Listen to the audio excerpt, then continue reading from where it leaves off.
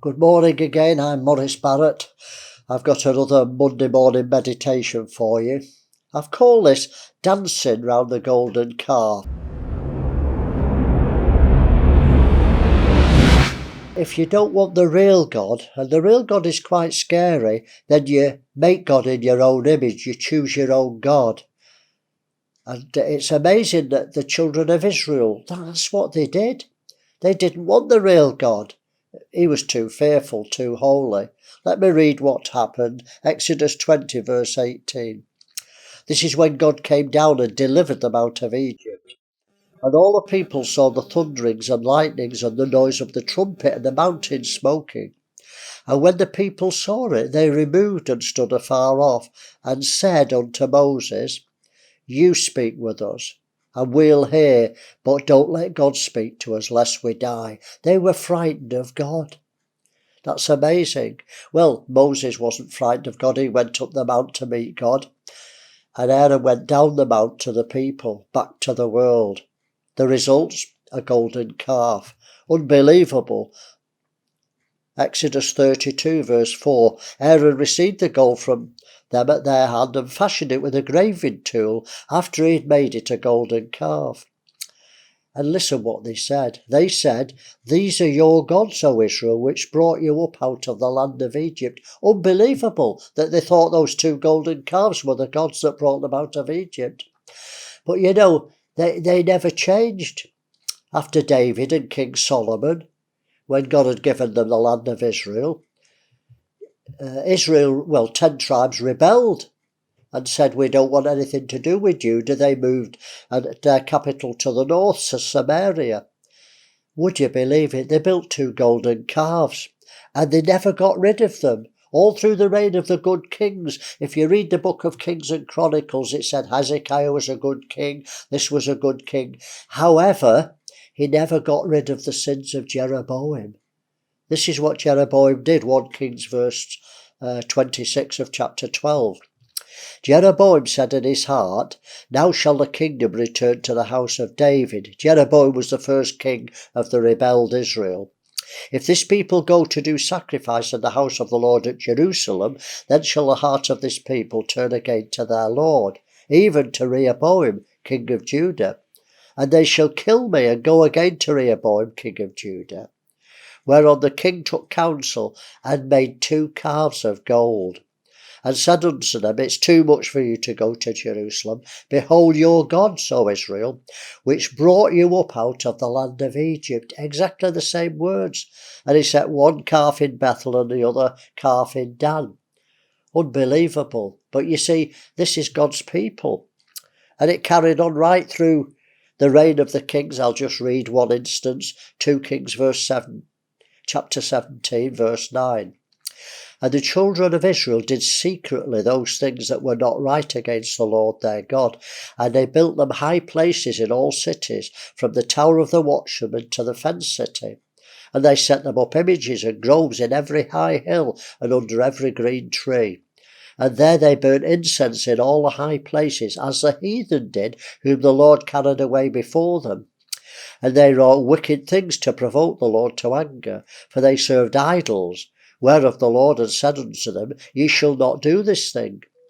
Yet the Lord testified against Israel and against Judah by all the prophets and by all the seers, saying, Turn from your evil ways, and keep my commandments and my statutes, according to the law which I commanded your fathers, which I sent to you by servants, the prophets.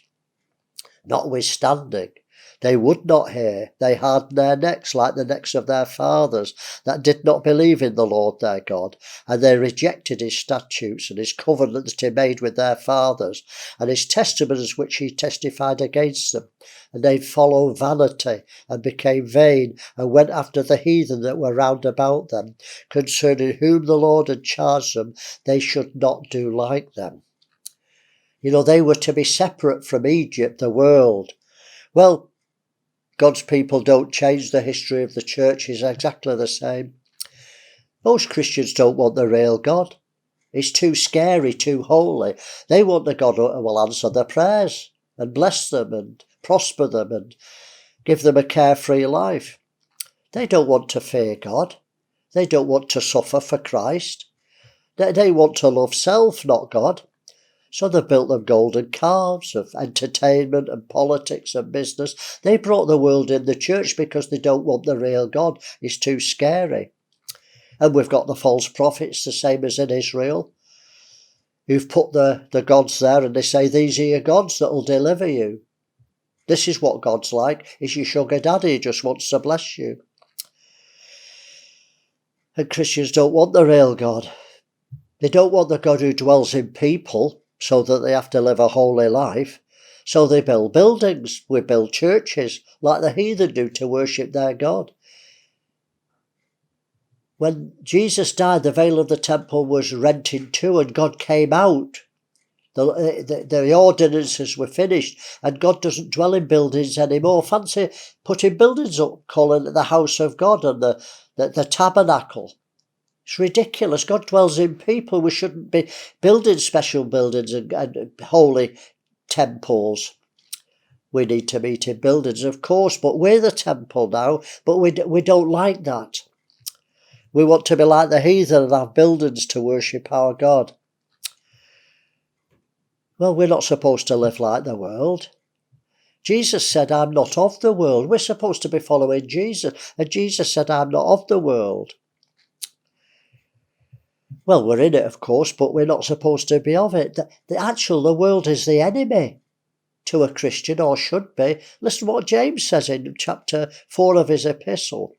Verse 4, you adulterers and adulteresses, don't you know the friendship of the world is enmity with God? Whoever therefore will be a friend of the world is the enemy of God. That's strong, isn't it? Well, if you love the world, then you'll love the gods of the world and its golden calves. Israel were redeemed from Egypt. Well, Egypt's a type of the world in the Bible. All Bible scholars say that. They were redeemed from Egypt by the blood of the Lamb. Well, we've been redeemed from the world by the blood of the Lamb. So why should we follow its idols, its fashion, its politics, its entertainment, its ethos? Loving self, that's one of the modern doctrines of the world. I need satisfying. I need to love myself. All that matters is my well-being and my happiness. And the church are like that. It's amazing. Well, I'll leave you with this old country and western song that was popular when I was a teenager. We don't sing it now, but Peter said we're supposed to live as aliens and pilgrims in this present world. We're in it, but we're not of it. This is what we used to sing. This world is not my home. I'm just a passing through.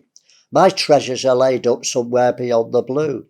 The angels beckon me from heaven's open door, and I can't feel at home in this world anymore. How many Christians feel at home in this world?